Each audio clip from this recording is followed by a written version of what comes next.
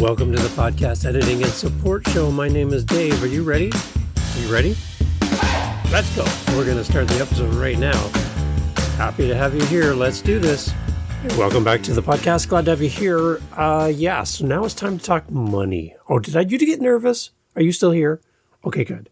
Because it's time to talk dollars and cents here on the podcast editing and support show. I'm excited to have you here. A reminder that we are proudly hosted here on Captivate.fm. So if you're interested in where to send your podcasters to be, or if you're looking to host your own podcast, try Captivate.fm. I really love them. I also have other platforms I use, but I've been kind of leaning heavily here on Captivate.fm. So if you're interested, there's a link in the show notes, which is my affiliate link. I'll get a small amount of money. Will come back to the podcast, which I then reimburse and reinvest into other podcasters. So if you want to use that link, great.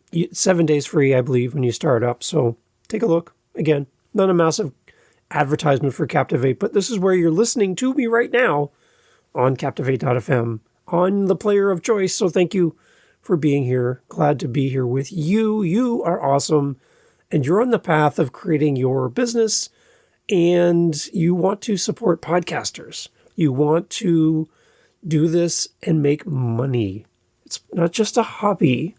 You want to take the skills, the talents, the abilities that you've created over time with your own podcast and now create money with all those skills and talents that you have because you're your own editor. You do it yourself. So why not take something you're good at and then get out there and help other podcasters who A, maybe aren't so good at editing, or B, don't have time to do this. And they're just looking for someone to hand the keys of the car over to and say, here, you drive. I'm going to read the paper. Right? So you become the chauffeur of podcasting. I was actually a chauffeur for, 5-6 years here in Niagara, where I live. A lot of interesting stories happened in a limousine. None that I could share here, and probably would have to give you an explicit rating on this episode because of, you heard that saying, what happens in Vegas stays in Vegas. Well, what happens in a stretch limo generally stays in a stretch limo. I will let you come up with your own interpretation of what that means, but there you go, a little side tangent. We are here to talk money and how to make money with your podcast editing and support business. And I'm sure you're ready to talk about this yourself. And I'm sure you have many questions. And if I don't answer all of your questions in this episode, then I need to hear from you. Over at podcasteditingandsupport.com. Leave me a message, SpeakPipe, email, reach out to me. I'd love to hear from you at podcasteditingandsupport.com. You ready? Let's talk money. Okay, you're back. Hi, welcome back to the podcast. I'm glad you checked out and you got your minimum viable income. It's all done, right? It's there. You know your number. Good. Now we can move forward. How about estimating your earning potential? That's the next step. You know what you need to make to survive and to thrive, I would say. What is your earning potential? You need to research the typical rates and pricing models for other similar online services to what you're planning on putting out into the world. In past episodes, I talk about bookmarking other businesses who do what you do or do what you want to do and comparing their rates, creating a spreadsheet, a Google Doc, a Google Sheet, Microsoft, whatever it is, but some way to track with links back there because their rates might change over time, but then kind of putting them in buckets. What is their podcast launch program cost for company A, B, C, and D? What does their audio editing cost for a 30-minute episode at company A, B, C, and D? What about a video editing services for a 1-hour program, company A, B, C, and D? You want to know these numbers and see what's out there in the world. Again, I would avoid the extremes when it's $12,000 per episode. Okay, well, no. Or $5 an episode on the other end, on a Fiverr or an Upwork. You don't want to go there either. You don't want to be a quick, slippery slide to the bottom. And you don't want to have this number that's so big that finding a client is insurmountable. So find out what you see as the average, and then do judgment about where you are in your abilities, talents, gifts, your time that you've been doing this editing. If you're brand new, your rates are going to be a little lower as you're learning. You might take on a free client at the beginning to get to get some kind of work behind you and a reference that you can use and leverage to get new clients. But if you've been doing this for a length of time, you've been doing your own podcast, you have skills. Don't minimize the skills you have. But you need to estimate your earning potential. What do you think you can make? And that's a great way is by comparing what other people are charging as a benchmark for you to decide your number. You also need to estimate how many billable hours per week that you can realistically dedicate to client work based on your commitments. You have a family, you have a life, you have a dog that needs to go outside right now. You have to go get groceries, you need to sleep, you need to eat. There's so many things that you need to do. How many billable hours per week can you do right now without changing a thing? What's that number? Do you know that? Probably not.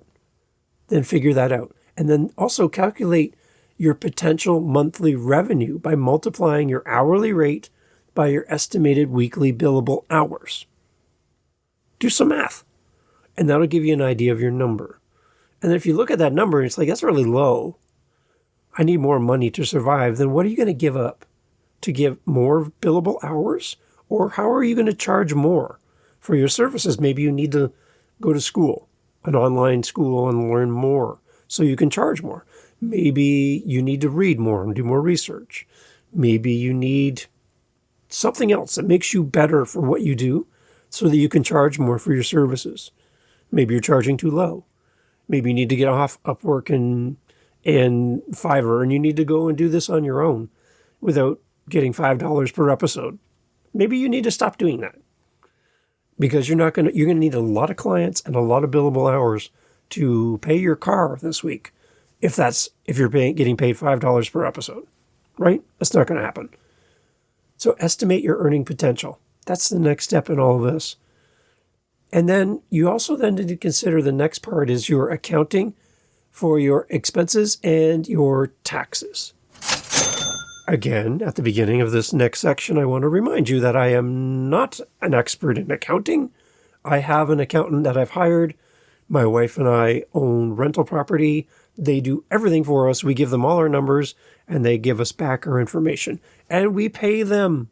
Yes, it costs us money to have someone do our accounting because, A, I am not good at it, kind of like podcast editing for some people. I'm not good at it, don't have time for it, don't have the expertise. I'm not up on the latest accounting terms and new laws. That's what they do for a living. And if you're a podcast host, you're like, yeah, I don't get this podcast thing. I'm just going to hire somebody. Same thing. So I'm not an accountant, so please don't take my advice as advice for you in your situation. And I've never been a tax consultant. I've never been one on TV.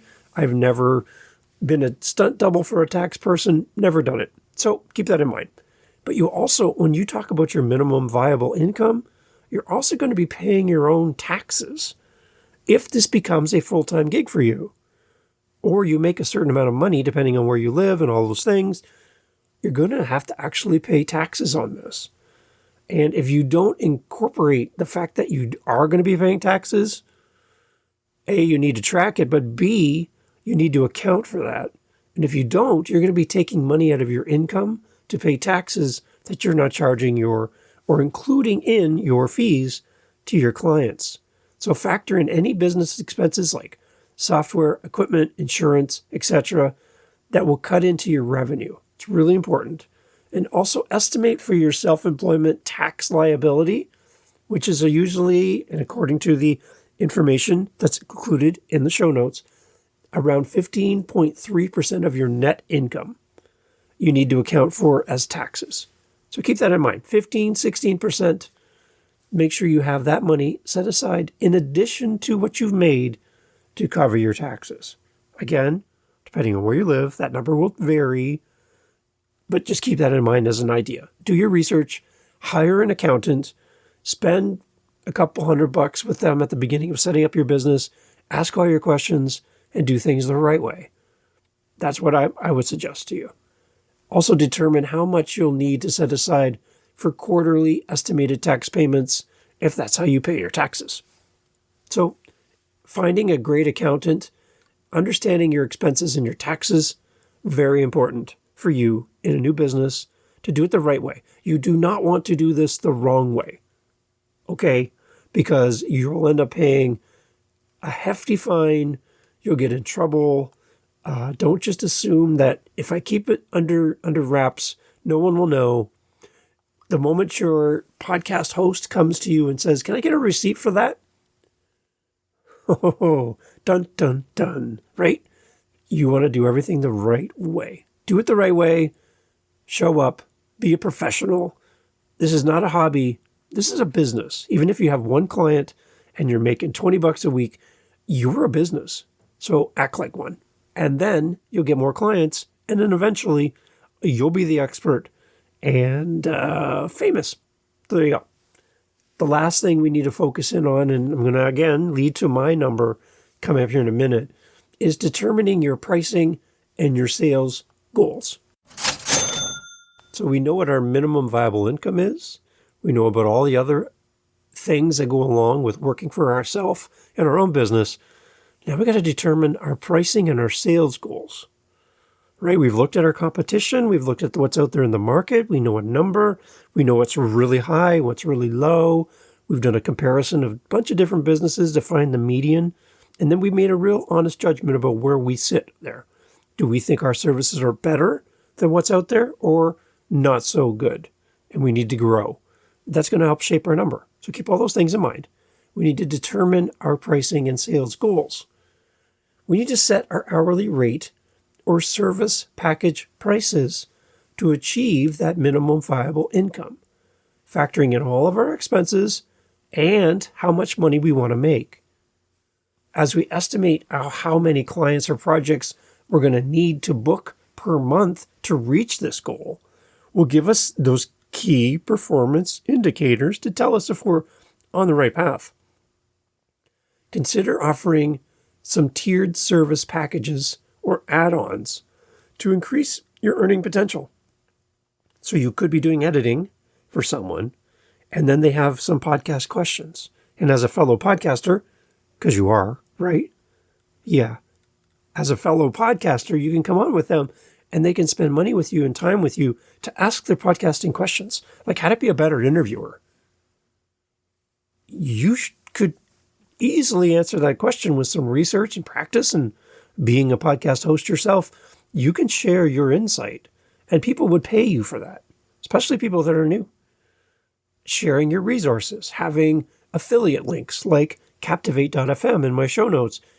You can have affiliate links to books and resources and courses that you can direct people to if you're not the subject matter expert, which could then in turn generate income for you outside of the editing part of being a podcast editor.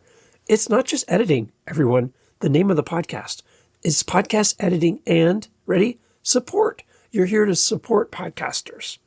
So don't just do one. Don't just do the editing. Don't just do the support. Do them both. And you have a more well-rounded way to earn income for your business and complement what you do by being a support to podcasters.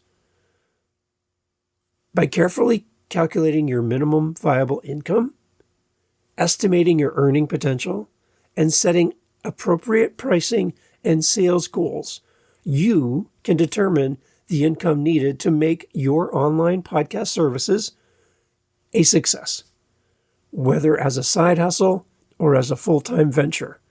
Okay, you're still here, right? Okay, that's amazing. We're here at the end of the podcast, and I promise you I will share with you my journey of creating my number. And I'll share with you right now.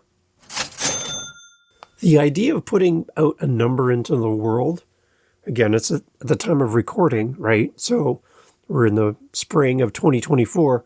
This number is subject to change, just so you know, as I grow and as I understand my business. But I didn't know my starting point.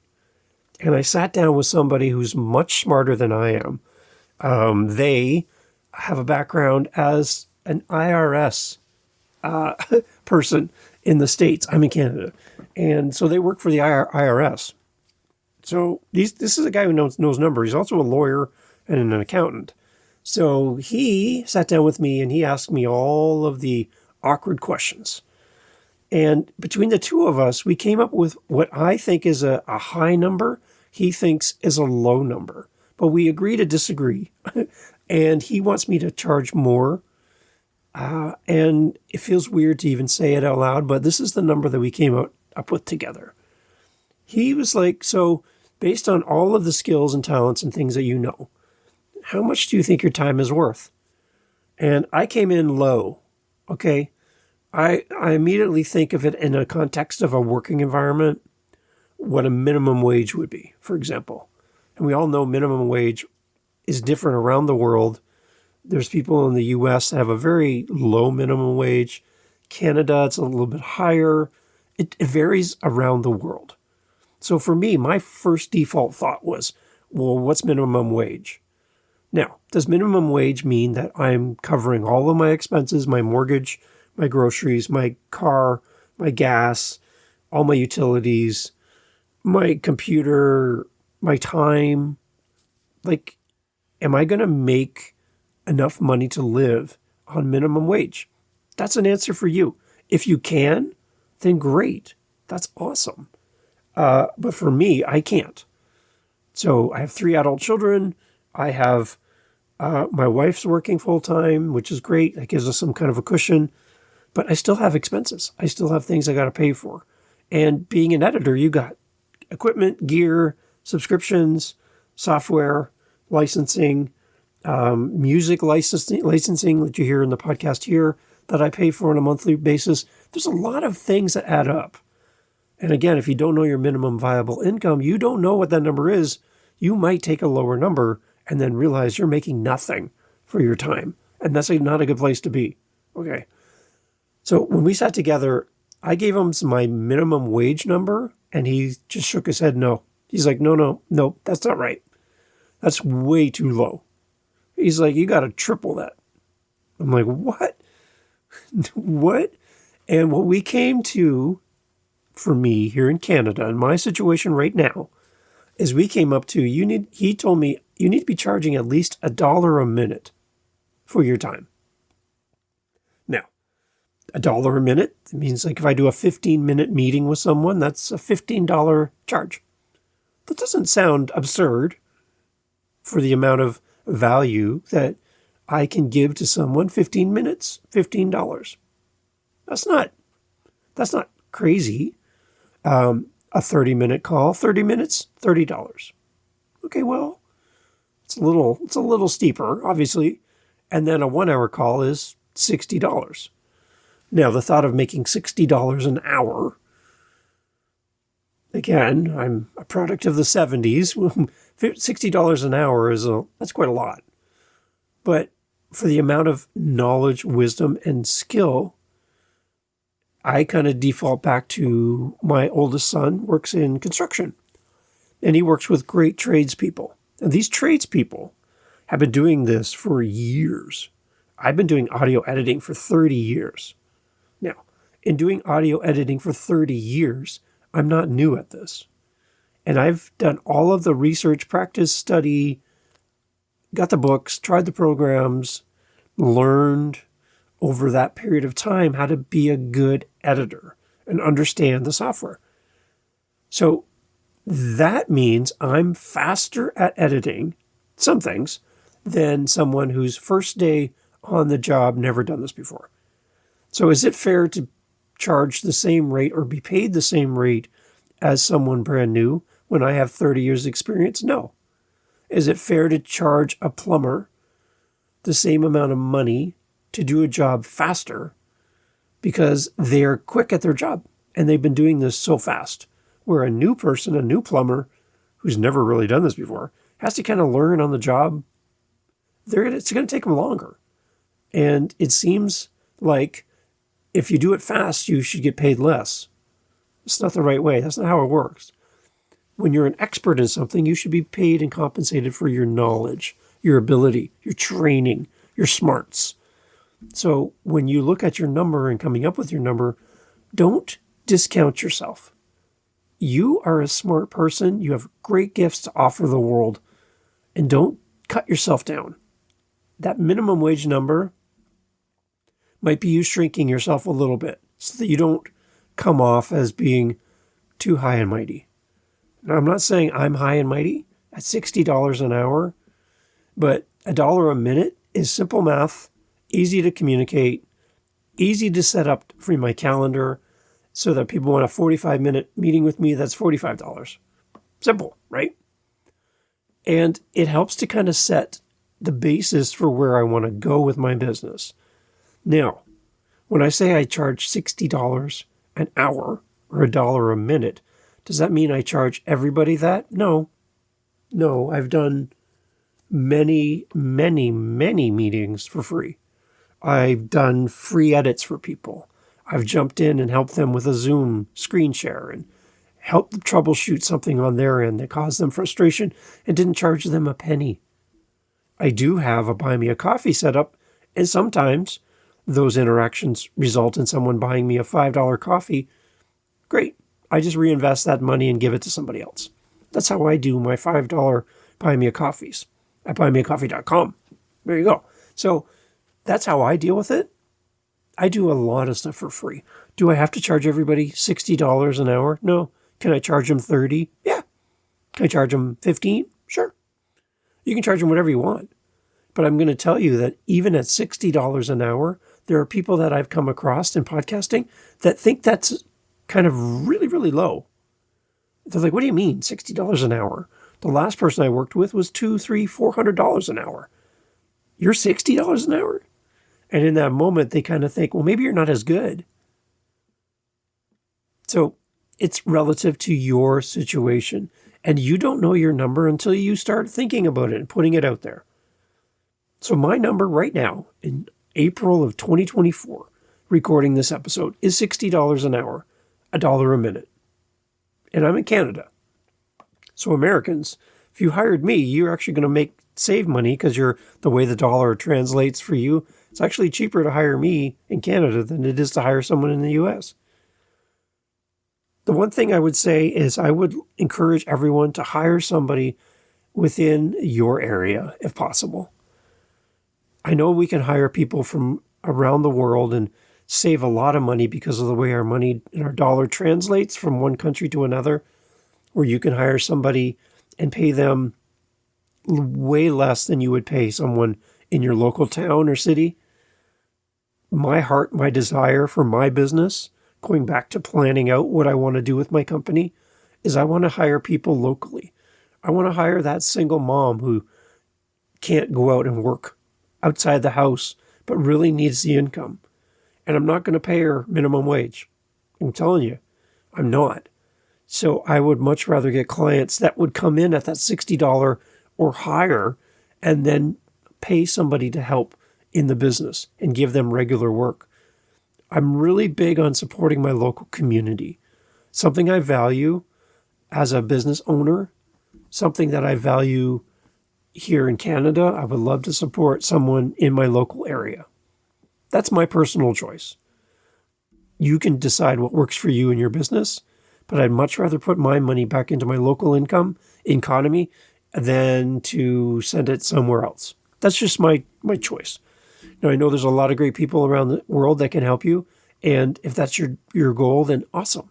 You're also helping them in their economy and helping them to thrive as well. So I see that, and I love that. I think we should need to use the money pooled together in podcasting and help as many people as possible. So whatever you decide, do that, and do it well, and do it with your whole heart. But for me, I'm going to focus on hiring people in my local community and giving people jobs when I know they're really needing them. So that's really my focus. So that's my number. I told you I save it for the end. $1 a minute. 15-minute call is $15. 30-minute call is $30, and so on. That's how I've arranged mine. It is going to change. It's going to be altered based on the people that come across my path. And I've even been doing charitable work for people that have charities and they have no budget, but they can offer me a tax receipt, which then I can use in my business. So there's always a way to help people, but you need your minimum number. So mine is $60 an hour. What's yours? I'd love to hear what you think your number is. And again, there's people listening around the world. Hello again, Australia. I'd love to hear what you think you need to be successful as a podcast editor and support person. It's all about your number. Do you know how much you need to make? Do you account for all of the things that also have to be paid for? And are you going to give yourself a profit? At the end of the day, unless this is a hobby for you and you don't care about making money at all and you're independently wealthy, then great for you. But for the rest of us, we need to make an income. Don't shrink yourself. You are a great person who can do great things, and you deserve to be paid for what you can do. Keep it in mind. If you need any help coming up with your number, or just have questions around your number and how to get set up so your business is ready to go, podcasteditingandsupport.com, or come on the show and let's have a conversation together about your business and help somebody that's listening so they can start theirs as well. Podcasteditingandsupport.com. Thank you for listening. I would love to hear your number. Go to SpeakPipe on my website, leave me a message, tell me your number, and promote your business at the same time. Thanks for listening. We'll catch you on the next one. Thanks for listening to the Podcast Editing and Support Show. Visit us at podcasteditingandsupport.com, podcasteditingandsupport.com. We would love to help you find a great podcast editor, or if you want to hire us, we would love to work with you. Podcasteditingandsupport.com. Catch you on the next episode. Take care.